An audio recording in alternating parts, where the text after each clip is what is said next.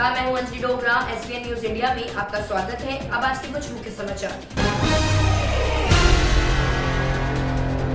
गन्ना चोरी करते वक्त पकड़ा गया युवक, देखिए ये रिपोर्ट। बिजनौर के थाना कोतवाली शहर बिजनौर के पास झलरा में बतौर सबूत गन्ना चोरी करते पकड़ा गया युवक कल्लू पुत्र याकूब के गांव से सटे खेत में रात में अपनी फसल को पानी देने गया। लाला पुत्र गफ्फार ने कल्लू के खेत से लगभग 10 कुंटल गन्ना चोरी कर लिया। मौके पर पहुंचे कल्लू ने बतौर सबूत लाला को पकड़ लिया। पुलिस कार्रवाई ना करते हुए गांव में पंचायत की गांव में पंच लोगों ने मुलजिम मानते हुए लाला पुत्र गफ्फार को 10,000 रुपए का जुर्माना बैठाया और आगे से हिदायत देते हुए कहा, यदि दोबारा चोरी करते हुए पकड़े गए तो पुलिस कार्रवाई करते हुए जेल भिजवा दिया जाएगा और गांव से हुक्का पानी बंद करवा दिया जाएगा। सामाजिक समस्याओं पर नगर कल्याण समिति बिजनौर के जिला अध्यक्ष सुमन चौधरी व संरक्षक मीना बख्शी से बातचीत, देखिए रिपोर्ट। मैडम ये बताइए, पहले तो मैं ये जानना चाहूँगा आपका शुभ नाम क्या है? मेरा नाम सुमन चौधरी है।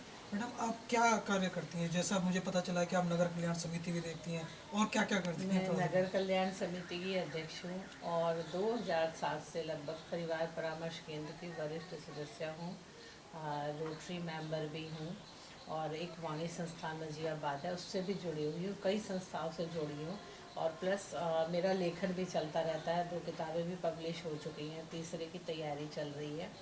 तो यही सब है, सोशल वर्क और लेखन।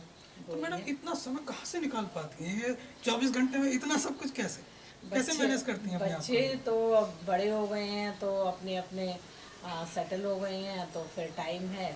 तो मेरा यही मानना है कि जो हम पैदा होते हैं तो हम कुछ लेके नहीं आते हैं कहीं से, इस समाज से ही हमको सब कुछ मिलता है। तो हमारा फ़र्ज बनता है कि हम बीइंग ए इंसान रोटी पानी से ऊपर उठ के कुछ समाज के लिए भी करें, क्योंकि यहीं से हमें मिला है उसको रिटर्न करें। बस यही सोच है। पारिवारिक पृष्ठभूमि रही है, फादर सीओ थे तो उन्होंने काफ़ी ऐसे संस्कार दिए कि लगता है कि जो अपने से बन पड़े वो दूसरों के लिए करना चाहिए, सेवा करनी चाहिए। अच्छा मैडम, जैसे केंद्र सरकार ने एक योजना छेड़ी कि साहब बेटी बचाओ बेटी पढ़ाओ आंदोलन एक तरह से छेड़ा हुआ है, और वो जहाँ तक दिखाई दे रहा है कि वो कागजों में सीमित है। क्या आप इस विषय पर क्या कहना चाहिए? हाँ देखिए, बेटी बचाओ बेटी पढ़ाओ, कन्या भ्रूण हत्या, इस पे हमने भी काफ़ी काम किया है, काफ़ी कोशिश की है कि कन्या भ्रूण हत्या ना हो। इसके लिए समाज में जागरूकता बहुत ज़रूरी है। थोड़ा पहले से रेशो फ़र्क आया है क्योंकि केंद्र सरकार भी स्ट्रिक्ट हुई है, सजाएं ऐसी हो गई हैं अल्ट्रासाउंड पे, तो डॉक्टर्स पे भी थोड़ा बैन लगा है। कुछ डॉक्टर्स को यहाँ भी काफ़ी इस वजह से ट्रबल में आए हैं, सब जानते ही हैं। बेटी बचाओ बेटी पढ़ाओ भी बहुत केंद्र सरकार का जो है बहुत अच्छा अभियान है, मैं कहूँगी, क्योंकि जो है ये समाज के लिए बहुत ज़रूरी है। और हमारी तो पुरानी मान्यता है कि जहाँ स्त्री की पूजा होती है वहीं पे देवता वास करते हैं, तो उसी के मद्देनज़र लेकिन अभी मंजिल बहुत दूर है। इसके लिए हमें बहुत प्रयास करने होंगे, समाज की सोच बदलनी होगी। एक्चुअली जो मिडिल क्लास है या अपर क्लास है वो तो बेटी बेटे में भी काफ़ी उतना फ़र्क नहीं रह गया है। मैं खुद अपनी पर्सनली बताऊं, बेटा मेरा बिजनौर में पढ़ा है और बेटी को हमने वाइनबर्ग एलन मसूरी से पूरी एजुकेशन दिलवाई है और उसने MBA किया है। हिंदुस्तान यूनिलीवर में इसकी जॉब थी, अभी वो डेनमार्क में सेटल हो गई है ना। तो हमने कभी फ़र्क नहीं किया, बेटी को हमेशा ही बेटे से आगे रखा है। तो यही मैं चाहती हूँ कि एक परिवार का जो बोझ है या परिवार जो धुरी, बोझ शब्द मैं नहीं इस्तेमाल करना चाहूँगी, परिवार की धुरी जो होती है एक महिला ही होती है। तो मैडम जैसा एक अभियान और भी चला रखा है सरकार ने, बहुत सारे अभियान चलाती रहती है, जो भी नई सरकारें आती हैं उसने एक और चलाया कि स्वच्छता अभियान होना चाहिए। तो जैसा मैं आपके घर को देख रहा हूँ बहुत स्वच्छ है, तो आप जैसा ये घर इस समय स्वच्छ है, तो आप क्या मैसेज देना चाहेंगे कि देश कितना स्वच्छ रहना चाहिए? हमारा बिजनौर इस समय किस स्वच्छता से गुजर रहा है? देखिए, स्वच्छता का जो है बहुत, इसके लिए भी एक संदेश समाज में जाना बहुत ज़रूरी है। सभी अगर अपना अपना घर स्वच्छ रखें तो आसपास सारा एरिया स्वच्छ हो जाएगा। और हमें भी कुछ बचपन से ही आदत है, मैंने कभी आज तक कहीं शादी में या इसमें कूड़ा मैं कूड़ेदान के अलावा कहीं नहीं फेंकती हूँ। यही मैंने अपने बच्चों में संस्कार डाले हैं कि कूड़ा जो है कूड़े की जगह जाना चाहिए, क्योंकि वही वाली बात है कि कहते हैं ना कि दरिद्र घर में तो लक्ष्मी भी वास नहीं करती हैं। तो मेरा भी यही मानना है कि हम साफ़ सुथरे रखेंगे तो स्वस्थ रहेंगे, हमारी हेल्थ अच्छी होगी, और जो पैसा खामे इलाज में जाता है उस पैसे का हम सदुपयोग कर सकते हैं। लेकिन अभी ये काम भी सरकार काफ़ी कोशिश कर रही है, लेकिन इसके ये काम कुछ कागज़ों में होता हुआ ज़्यादा दिखाई दे रहा है। अभी लोगों की हैबिट्स नहीं बदली हैं, उसके लिए हमें अभी टाइम लगेगा। और अपने गली मोहल्ले में मैं कई बार निकलती हूँ तो मैं टोक देती हूँ उन लोगों को, अगर कूड़ा इधर उधर फेंकते हैं। अभी हम परसों मेरठ जा रहे थे तो रास्ते में एक गाड़ी जा रही थी और उन्होंने केले खाए और छिलके फेंक दिए। मैंने गाड़ी आगे करवाई उनसे और गाड़ी रोकी और उनको बोला कि लेकिन इस अभियान से ये फ़ायदा हुआ है कि अब हमें लोगों को टोकने की हिम्मत आ गई हिम्मत आ गई है। हाँ, लोग सुनते हैं, मजबूरी में सुनते हैं या जैसे भी सुनते हैं। पहले आप टोक नहीं सकते थे, कहते तुम्हारा ज़्यादा दिमाग ख़राब हो गया, तुम अपने घर में सफाई रखो, हमसे क्या मतलब। लेकिन अब धीरे धीरे सोच बदल रही है। इसके लिए मैं समझती हूँ कि थोड़ी नुक्कड़ सभाएं भी होनी चाहिए। तो नगर जो आपकी समिति है, क्या नाम है उसका? नगर कल्याण समिति बिजनौर जी, तो वो इसमें स्वच्छता अभियान में कितना सहयोग कर रही है, क्या कर रहे हैं आप लोग? हम गांव में भी गए हैं कई बार, हमने वहाँ पे गांव के लोगों को एकत्र किया है, उनको साफ़ सफाई के बारे में बताया है। और हम ऐसे करते हैं, जैसे बच्चों को हमने कलेक्ट किया, उनसे हम बोलेंगे कि आप हमें सफाई पे 5 सेंटेंस बोलिए, 5 सेंटेंस बोलिए, हम आपको कोई गिफ्ट देंगे। तो इस लालच में बच्चे बोलते हैं, वहाँ पे बड़े भी होते हैं, उनकी माताएं भी होती हैं, हम उनको भी बताते हैं कि साफ़ सफाई कितनी ज़रूरी है, नहीं तो आप रोज़ बीमार रहोगे। अच्छा मैडम, जैसे आप देखते हैं कि गलियों से सफाई होती आती है नगर पालिका के द्वारा, या जैसे जैसे जिसका अपना साधन है गाड़ियों के द्वारा शहर से कूड़ा बटोरा जाता है और वो एक शहर के बाहर डाल दिया जाता है, उससे क्या फ़र्क? देखिए, सफाई पे या स्वच्छता में क्या फ़र्क पड़ा उससे? बहुत बड़ी समस्या बिजनौर की कहूँगी मैं स्पेशली ये है कि यहाँ पे कोई भी कूड़ा निस्तारण की जगह नहीं।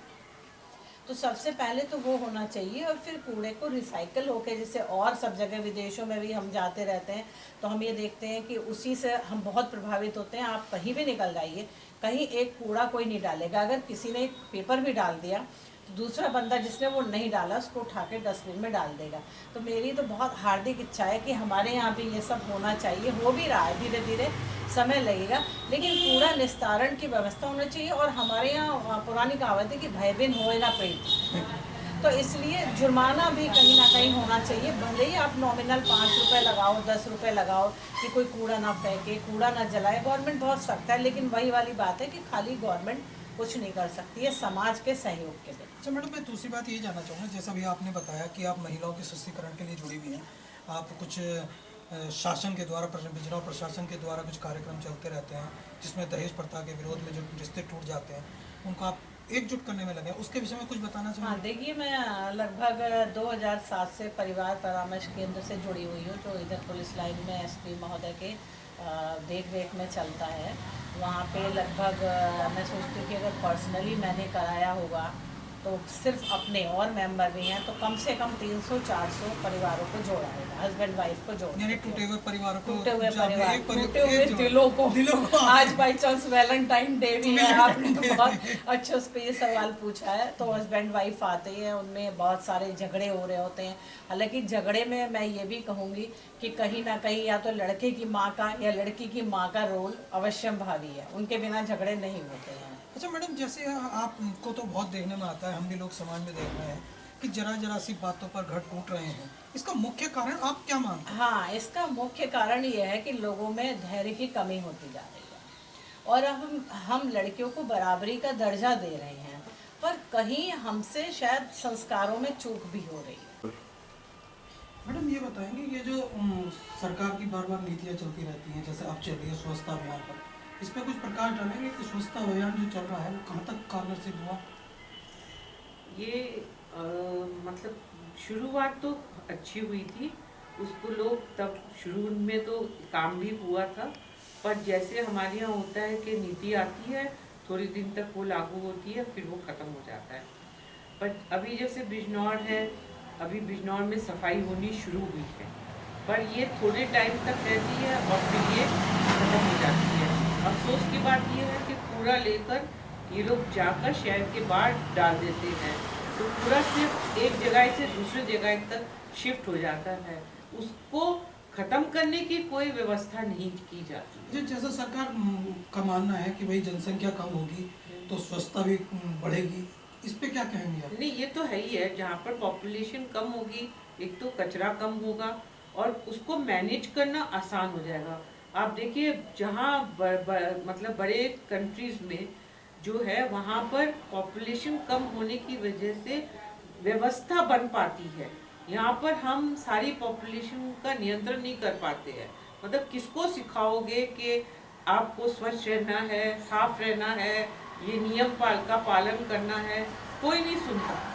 तो जैसे आपके एक नगर समाज कल्याण के नाम से एक समिति नगर कल्याण समिति बना रखी है, जो काफ़ी पुरानी बनी हुई है, आप लोग समाज के लिए कार्य करते रहते हैं, तो क्या कभी आपने स्वच्छता के लिए कोई मिशन चलाया? हाँ जी, हमने चलाया है। हम गए थे, गांव में भी गए थे, हम बैनर बना के लेके गए थे, बच्चों को सिखाया था, बच्चों को ये भी टूथब्रश भी दिया था, साथ में पेस्ट भी दिया था कि आप सफाई करो, साबुन से हाथ धो, रोज सुबह उठ के आपको ये काम करना है, नहा के स्कूल जाना है और अपने कपड़े साफ रखने हैं, आसपास कूड़ा नहीं करना है।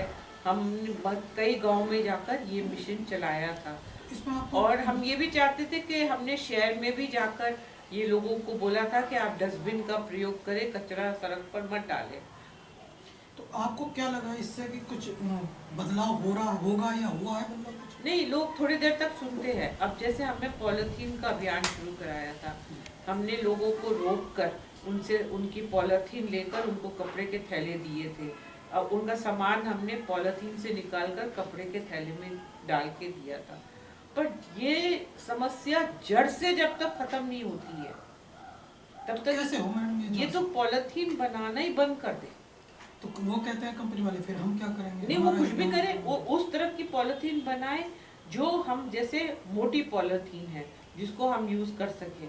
अब आप हर चीज क्यों, जहाँ पर पॉलिथीन बैन है वहाँ भी तो लोग सर्वाइव कर रहे हैं, बिना पॉलिथीन के तो रह रहे हैं। आज ये भी तो हो गया ना मैडम कि जो लोग घर से थैला लेके चलते थे आज वो भी बंद हो गया। नहीं, तो वो तो अपने आप ही आदत आ जाएगी। जब आपको पॉलिथीन नहीं मिलेगी, जब सब्जी वाला आपको कहेगा मेरे पास नहीं है देने के लिए, अगली बार आप घर से थैला लेके निकलोगे। अच्छा, जैसे स्वच्छता को लेके घाटों पर, गंगा घाट पर बड़ी व्यवस्था शुरू कराई गई है सफाई की, कुछ घाट डेवलप किए जा रहे हैं, उसके विषय में कुछ बताना चाहेंगे? नहीं, ये तो देखिए बहुत ज़रूरी है, क्योंकि पानी हमारे लिए बहुत मूल्यवान है और हम अपने आप ही उस पानी को गंदा करने जा रहे हैं।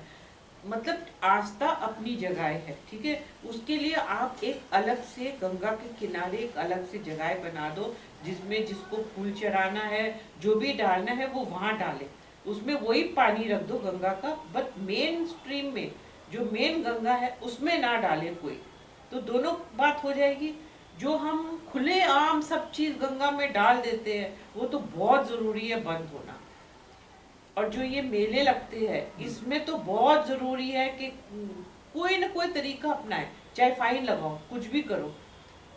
ऐसा नहीं है कि लोग, अब हम छोटे सी शहर, छोटी सी कंट्री में चले जाओ, मलेशिया में, वहाँ पर वो जो झाड़ियाँ हैं उसके बीच में भी लोग सफाई करते हैं। वो कहते हैं भारतीय लोग आते हैं अपनी खाली बोतल झाड़ियों के बीच में छुपा के चले जाते हैं। इतने हम बदनाम है पूरे वर्ल्ड में, तो ये चीज तो करनी पड़ेगी। अच्छा, जैसे यहाँ का प्रशासन है, तो आपकी नज़रों से क्या आप मानती है कि प्रशासन इस स्वच्छता अभियान को कितना कार्य करने में कामयाब हो पा रहा है या नहीं हो पा रहा है? देखिए, प्रशासन तो कर रहा है, पर उनके पास खाली ये एक अभियान नहीं है। या तो वो एकमात्र ये चलाए कि हमें खाली एक ही अभियान चलाना है, तब तो वो कुछ हद तक सफल हो पाएंगे। और प्रॉब्लम ये है कि वो जैसे अभी हाँ, ये तो बहुत अच्छा हुआ है। आप शहर में चेंज दे सकते हो। आप, हम कोतवाली गए तो कोतवाली साफ है, हॉस्पिटल गए तो हॉस्पिटल साफ है, रेलवे स्टेशन देखो तो साफ है। बहुत अच्छा लगता है इसको देखकर, और ये ऐसा ही रहना चाहिए। अच्छा, अब आती है, ये हमारा भी कर्तव्य है ना, कि हम उस चीज को गंदा ना करें, हम सड़क पे कचरा ना डालें, है ना। ये तब कैसे रोकेंगे? ये तो जब तक पॉपुलेशन को, मतलब ये आम आदमी को ये बात नहीं सिखाई जाए कि तुम कचरा नहीं करोगे, इसमें प्रशासन कुछ नहीं कर।